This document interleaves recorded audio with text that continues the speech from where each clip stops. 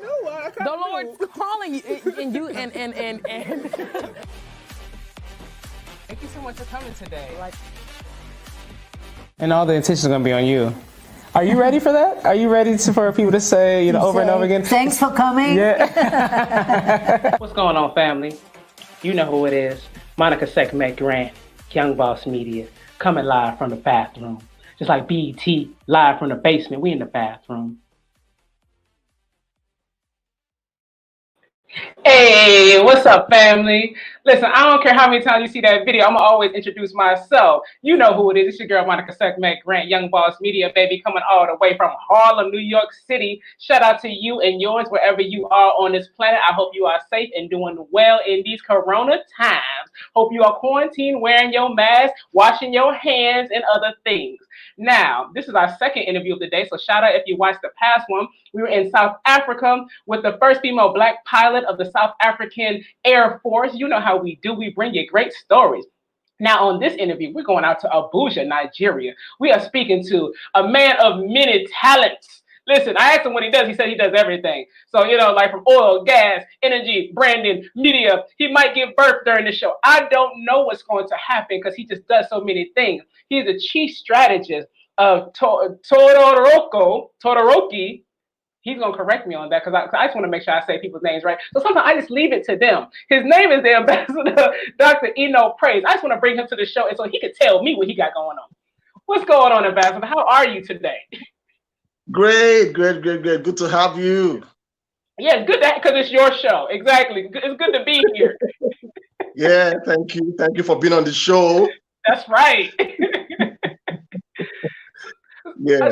So I couldn't say enough about you. So I want you to introduce yourself, and then we're just going to have a conversation because you know so many things. I just want to pick your brain about all that you know and all that you're doing. So take the time to tell the world who you are.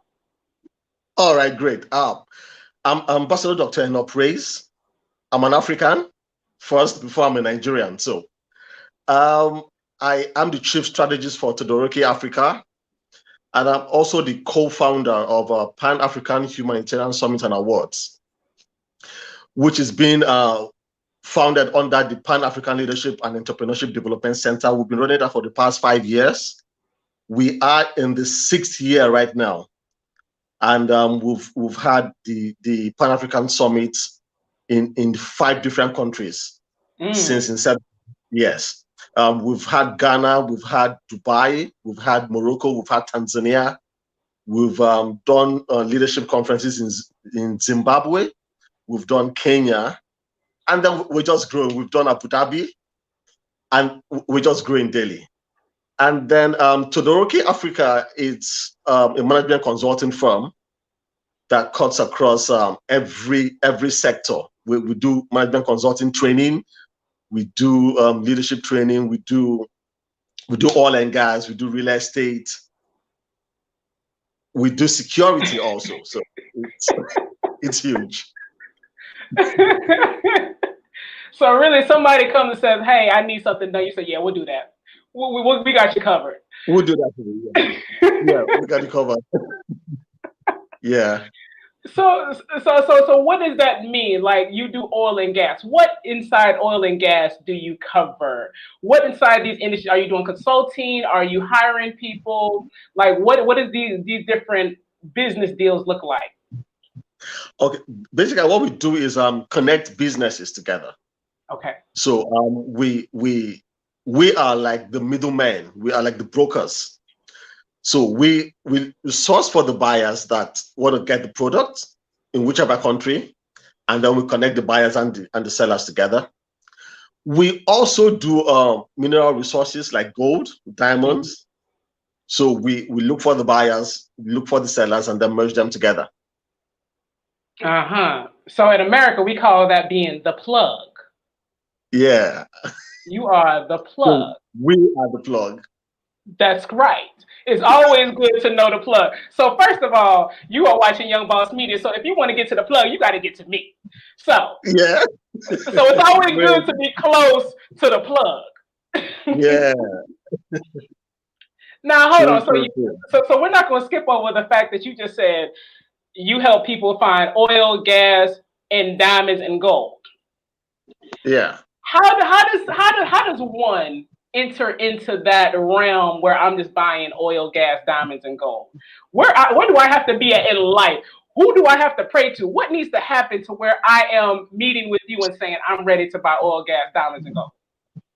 Well, first, it depends on what you're doing. Are you in the business of the petroleum products? Are you in the oil and gas sector, either downstream or upstream? You need to discover that first. And then when it comes to the mineral resources, are you in the business of buying metals, gold, diamonds, rocks, and all of that? So you need to find out if you are in that space, because we don't deal with people that are not in that space.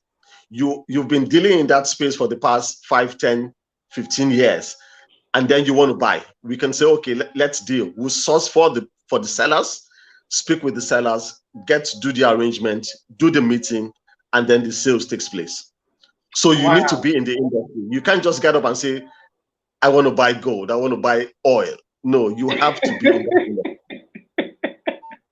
Listen, so as an African American, listen, when I get rich, when I get my Beyonce money, I'm gonna want some oil, gas, diamonds, and gold. I don't know what I'm gonna do with it, but it seems like I should have it. Yes, you should. You should. Now, so one thing that I know, so like by interviewing so many people on the continent, and this Young Boss Media is a Pan-African network. We in America, we don't have conversations about oil, gold mines, diamond mines, and so I'm always interested in when people start speaking about that, because that's something that we're just not exposed to. When we think about careers, we think about going into the health industry, becoming teachers, lawyers, doctors, yada yada. No one ever says you can go to school and learn how to deal with petroleum. You can go to school and learn how to or own a gold mine or own a diamond mine. And so I'm really interested in how does that come about? Like how does one in America say, you know what, I want to go to Namibia or I want to go to South Africa and start dealing with minerals? Like, is that possible? That's the job of a geologist. So yeah, people go to school to study that. That sounds boring though. Like I just want to get to the money. It sounds boring. Yeah. So people go to school to study geology, and then they get into the field. Got it. So the geologist studies the ground. Yeah, most importantly, you need to also understand your boardroom. Everyone has got a boardroom. Mm-hmm. So your boardroom could be to be a doctor, could be the hospital, could be agri, could be mining, could be oil and gas. So all you need to do is understand your boardroom. What boardroom are you getting into? Got it. Okay. We're gonna come back to that. so actually, really, I just want to be you. I just want to connect the dots. You know, like I'm not going to school for geologists. It's too late for me to do that. How did you become the plug? How did you become the man in the middle, the broker? How did you gain all these relationships? What's your path to this life that you live right now? All right. It started way back many years ago. I mean, sitting down and then listening to people talk. It was actually under a bridge. Funny. So a guy said that he has someone that's selling oil, and he's looking for a buyer. So I just sat down, just listened to him, and I didn't say anything. A couple of days later, I was with a group of people, and they were talking about the same thing. I'm looking for someone that has oil and that want to sell. We're like, okay, I know someone that knows someone. And then we got talking. We did the connection. Even though the deal wasn't that big, but we sealed the deal. Right. And then I said, okay, this is a good one. I think it's something someone should get into. And then in the course of our traveling across Africa for events, we met a lot of people, presidents, prime ministers, governors, senators, prime ministers, and all of them. And we got talking about mineral resources across Africa. we discovered that Africa has the best mineral resources in the world. Absolutely. Everyone is coming to Africa to get the mineral resources. I'm like, okay, this is something we should do. So we talked to governments, to dealers across Africa. We have a couple of dealers in Ghana, we have in Zimbabwe, we have in DRC Congo, we have in Zimbabwe, South Africa. So we just got into the deal. Whenever it comes, we do it. It's not the main thing. The main thing that we do is the consulting and the corporate events, the summit, the master classes. That is the main thing.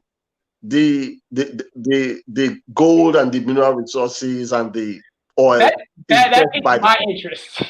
That's what I wanted to talk about. Yeah, I know. You want so much money. That's why. So this is back to being my show. That's what I wanted to talk about. Yeah, that's what I saw. And I want to find that bridge that you were sitting under, so I can get that same connection. I want to tap in to who wants what. Yeah, I'm gonna do that. Yeah, you got it.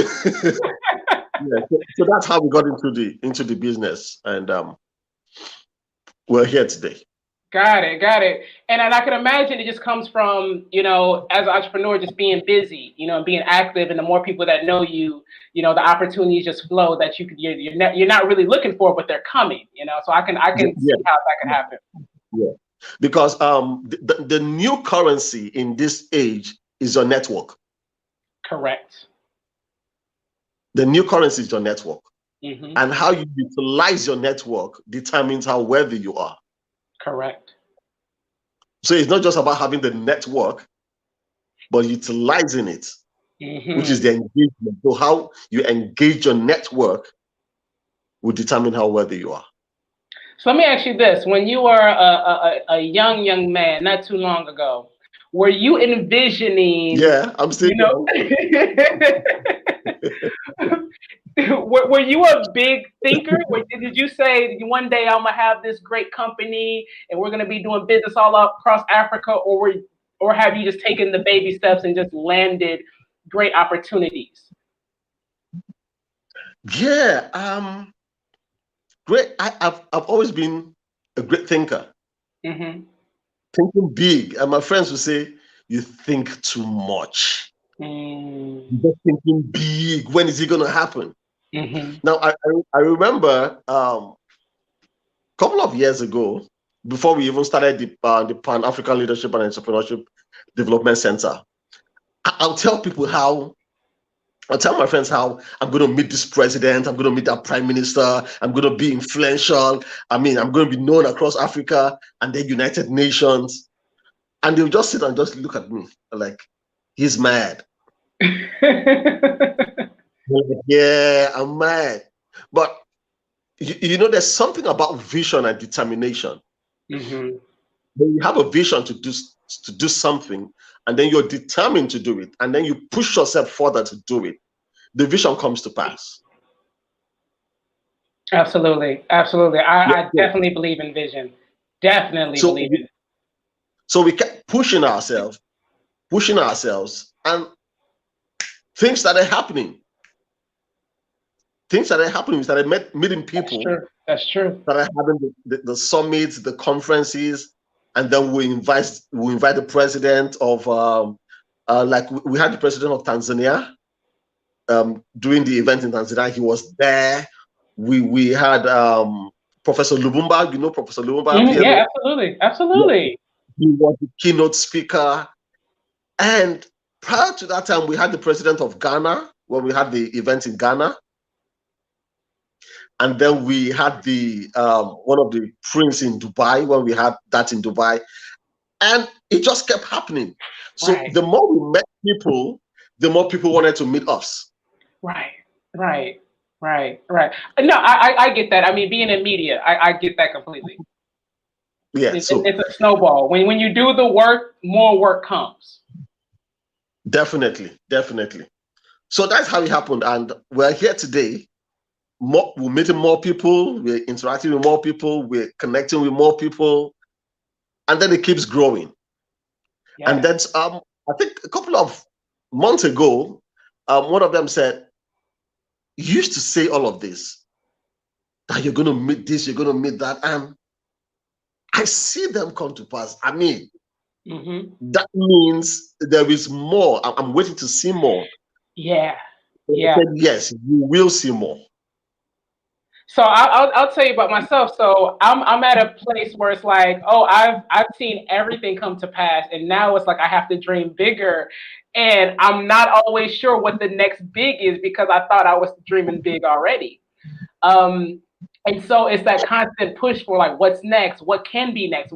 Forget what I think could be next. I want a planet. Let me just see, like, if I had my own planet, what would that look like? You know, and just really like thinking out there. You know, you got a plan for me?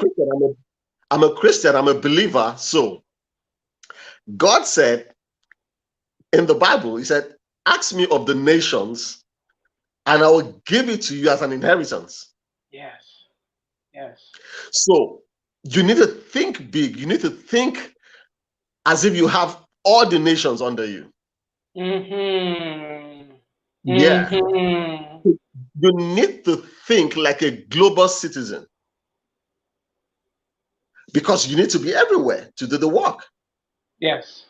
Most importantly, everything we're doing, it's connected back to God. I mean, it's purpose. That's why God sent us here. I believe that. I believe that.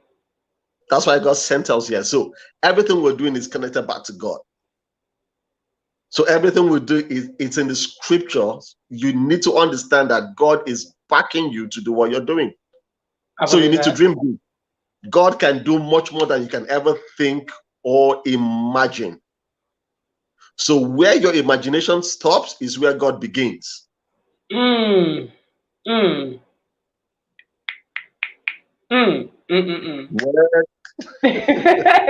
boo. I definitely, because, you know, I always, like my first years of like really being an entrepreneur, no job, just saying I'm gonna make this work. I definitely felt like I'm walking on water. Like this is just faith, but I know that no matter what, I'm gonna make it to another side. Like I'm Abraham. I got this vision. I got to go out and get it. And every single time, oh, what happened to him? He's gonna come back. But I was speaking about Abraham. Every single time I get a vision about another business idea, you know, God walks me through it. And once I accomplish it, more comes. You know, so I definitely relate to what the brother was saying. Now he's going to come back on because he has to, because I want to ask him about the Pan-African Center, the Pan-African Leadership Center that he's running, not just diamonds and gold, but I hope y'all got that, because there's a lot of resources in Africa that as African Americans here in this country and just across the continent of Africa, we're not taking advantage of. So hope y'all taking some notes. Brother, you left me. Sorry, it was the network. Oh, good. Sorry oh, good. You know, yeah. I'm gonna keep it flowing. So the next question I have, it's something. So I got a little bit of Nigerian blood in me. So I'm very proud of my Nigerian roots. But I have not been to Nigeria yet. Tell me. You should.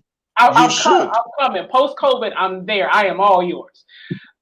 But what is it about Nigeria that makes it like the hustle entrepreneur capital? Because I feel like I need to go to Nigeria just to become the super entrepreneur. Because when I see y'all working, it's like, oh my goodness, it's just amazing how you think. And so it's something very special about Nigeria. What is it?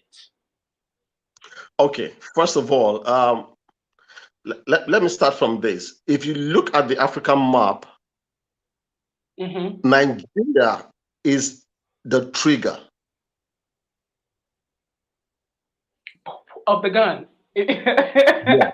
I see that. So when you pull the trigger, the bullet comes out.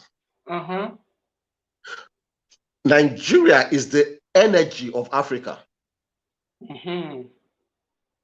That's why you see the resilience in the amongst the youth rather. Yeah. We are the trigger. We are this. We are the energy. And if you check all across the world, that Nigerians, they're coming out the best. The best doctors, the musicians, the professors, the best talk show hosts, engineers, all coming out from Nigeria. Very much. I see it. Like it's clear as day. Yeah. So it's the spirit. There's a spirit, the trigger spirit, the fire spirit is what is making us restless, always wanting to attain more, to get more. Right. Restless, yes. To aim for more. So we can't just rest. We need more. So we just keep going out for more. So that's definitely in me. So and I believe that even in I've lived in different places in America, and everywhere I've gone, when I did the research, I recognized that my ancestors had been there before. And so here in New York, and I live in Harlem, my grandfather and his father and mother used to live about a 15-minute walk from me. So like, yeah, so even though like I'm not from Harlem, I always felt at home, and that's my Nigerian bloodline. My connection to Nigeria. And it's just like, really? Like y'all was living around the corner? Really? And it's funny because I found that out on this past Father's Day. I called my dad, we had the conversation. And so he did his blood DNA test. And then he says, yeah, so I got this address of my father and grandfather, and it's 15 minutes walk from me. And so no matter where I go, like my ancestors are with me. And so like when you talk about like restlessness and just always the need to achieve more and go for more, I definitely relate to that. And so that's what I want to be. I want to be in Nigeria for like a good minute. I want to take it all in because I definitely know there's a connection. But then also like I want some of that. I want some of it. I'm claiming that. I want that energy, that trigger energy. I want it. You know, I want to bottle it. I'm gonna come back to America. And be like, I got it already, but it needs to be Nigerian refined.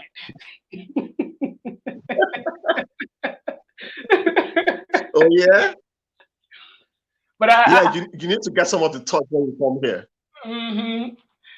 See, I need you and a few other people that to make sure that I'm not getting hustled myself. But I definitely want that energy because it's just something. Every time I meet a Nigerian, either here in America or I'm doing an interview, it's just like, you're brilliant. You're brilliant. It's like looking in the mirror. I'm brilliant, and so I always know that I'm brilliant. But like to see other brilliant Black people, it's like yes. So I got mad love for Nigeria, mad love, and so soon come I will be on the ground, throughout the country, all 6 regions. I'm coming for you. I'm coming. We're expecting you. Yes, yes, I'm coming. Now, please tell me more about the Pan-African Leadership Center. Did I say it correctly? Pan-African Leadership and Entrepreneurship Development Center. Got it. Please tell me more about that. All right. PALEDEC, which is the Pan-African Leadership and Entrepreneurship Development Center, we founded it 5 years ago.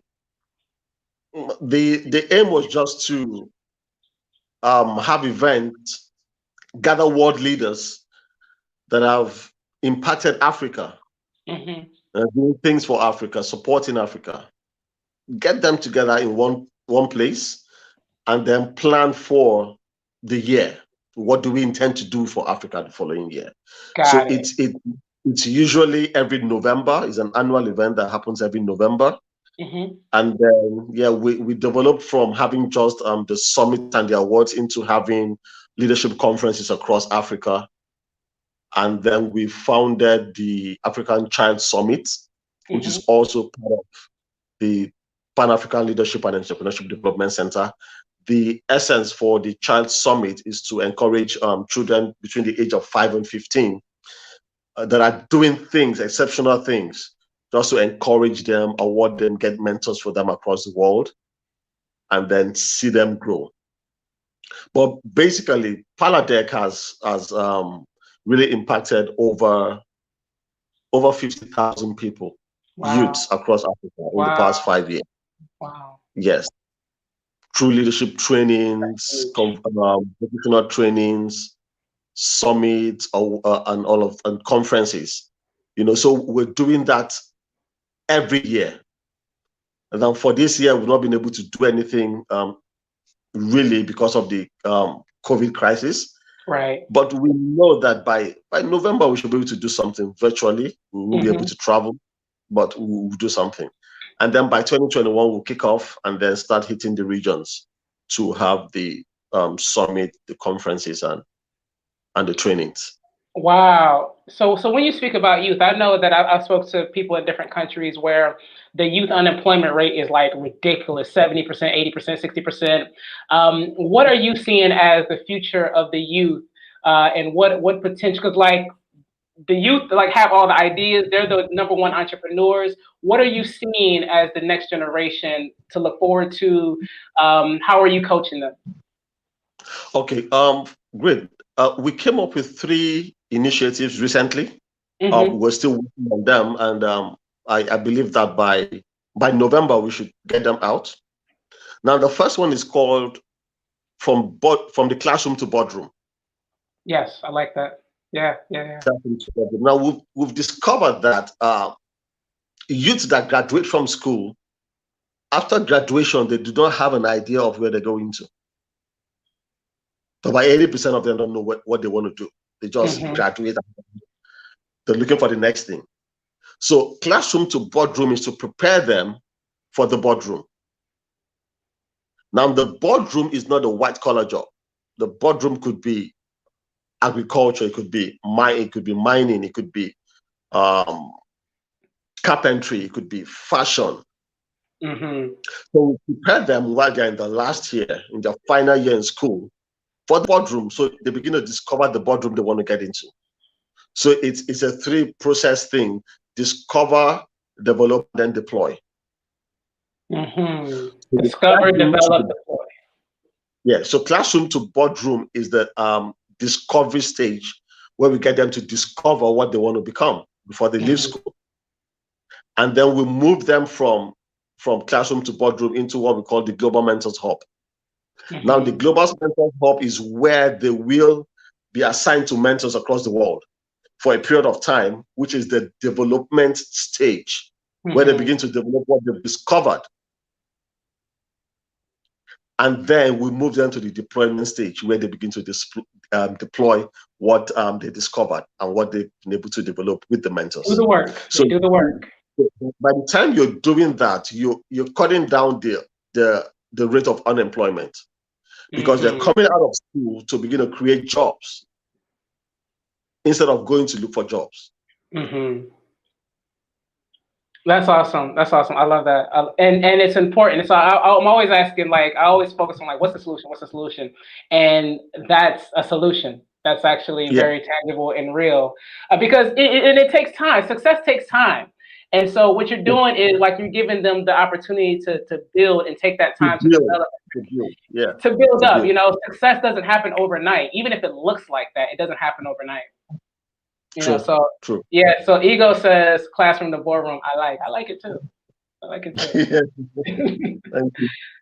So I want to talk about, so what we do at Young Boss Media is I launched a show called Bridging the Atlantic, where we have conversations with people from across the African diaspora on the continent, in the Caribbean, in the UK, here in America, about different topics that we deal with. And so the first show we had was about Black women, the Black woman experience. What is the narrative of Black women? Just for us to have a conversation about, like, sis, what's it like to be you and where you are? So the second episode we have, and Ego was on that episode, was about the brothers. I should have had you on there, but we're going to get you involved. It was like, what's it like to be a brother around the world? You know, what's it like to be in Nigeria versus being here in New York with Black Lives Matter and everything going on? And so the next one we have is going to be about health. But my goal for these shows is, one, like in this time period where we can now speak to each other. And all of these platforms were available before, we just weren't using them. But now that as a world, we're comfortable. My grandmother is using, you know, her iPhone and Zoom. Now that we're comfortable using these platforms, we need to be having these conversations. And so I'm interested in the conversation that you've been having over the past 5 years with your organization. what are leaders saying about the future of Africa and development? And like, how do we bring our people together? Because, our conversation over here about Trump and politics, it's like, first we got to get our community together, and then get the Pan-African, the African diaspora community together. What are the conversations that your organization is having about the future of the continent and just our people in general? Okay. First, every year has a different theme. I have a different topic for every year. Okay. So we've been talking about peace. We've been talking about leadership. We've been talking about doing business in Africa. Now, for last year, the theme for last year was trade, not aid.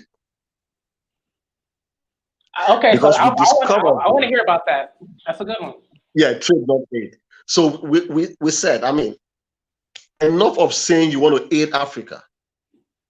Let's do business. Let's trade.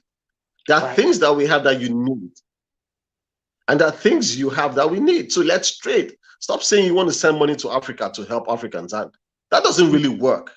It doesn't, because, for instance, I'm going to be very blunt here. For instance, you send the consultant from United Nations, from ECOWAS, from European Union to come do the SDG in Africa, and then you send your own consultant to come and then take the money for the consultant and then go back to your country. No, why don't you hire the consultant in Africa to do the work? So it doesn't make sense that you bring the aid into Africa and then also send your consultant to come do the work and then still pay your consultant and then you take the money back to your country. It doesn't make sense. So let's stop the aid stop. It doesn't. Let's stop the aid stop. Let's begin to trade. Let's begin to do business. Let's begin to talk business. Now, in Tanzania, we talked about peace. How do we end the peace? How do we end the gun violence in Africa? How do we stop the wars? So every year we have a different topic. Every year we have in Morocco, we talked about coming back as a continent, uniting as a continent, and working together. And that's when we came up with the word Afrocacy. Afrocacy means by Africans for Africans. Yeah, Africacy. I love that. You're good with the wordplay now. I like that.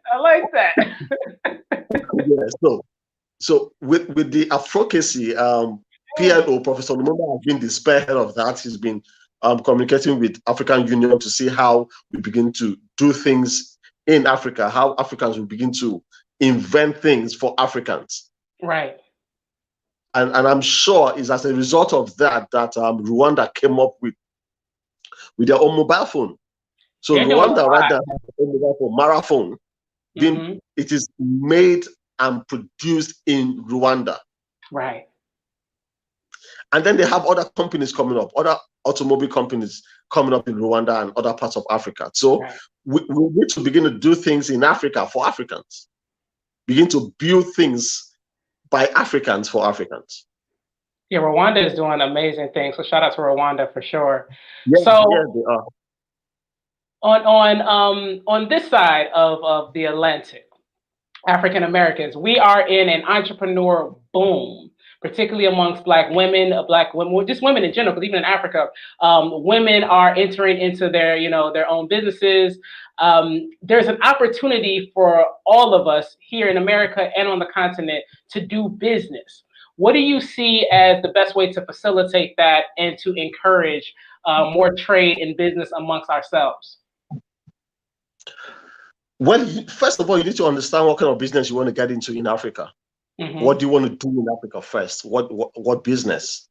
So you need to study the business and then look for someone that is in the field that you want to get into, and then begin to communicate. So you need to really study that and then begin to communicate with the person. Okay, this is what you want to do.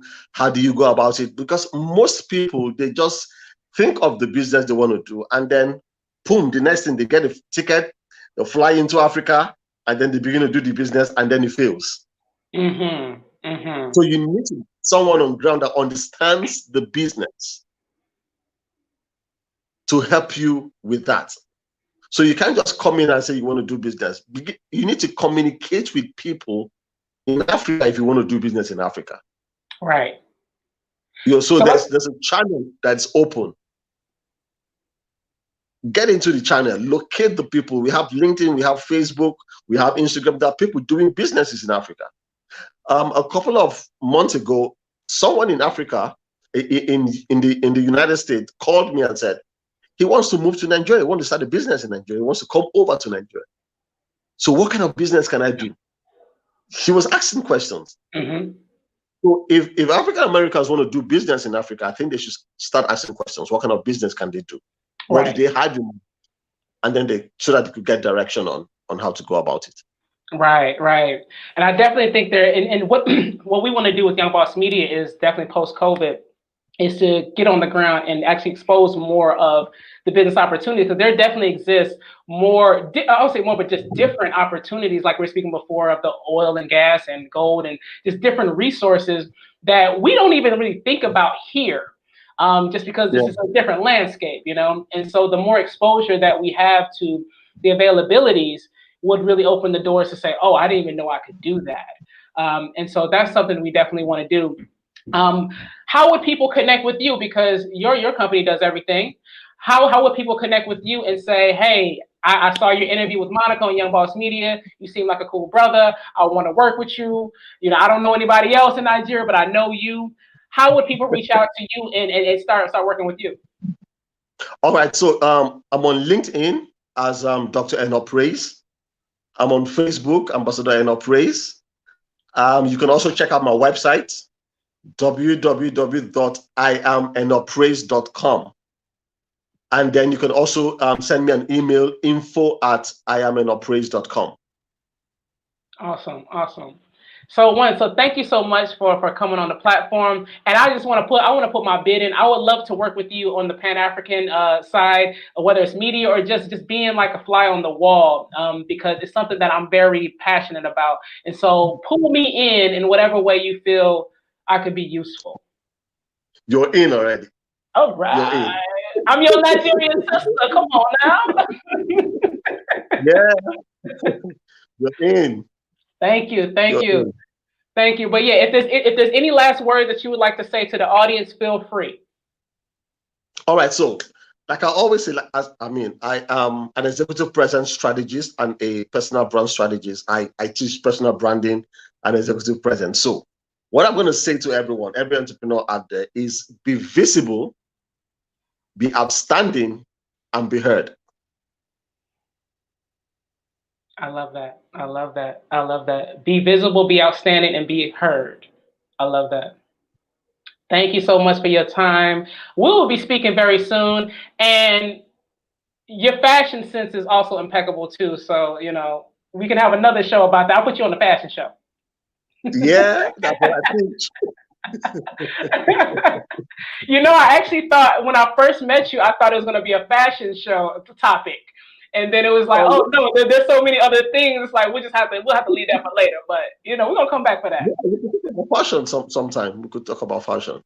Absolutely. Thank you so much for your time. I know you're busy, but shout out to Nigeria. Send my love. I'll be there soon.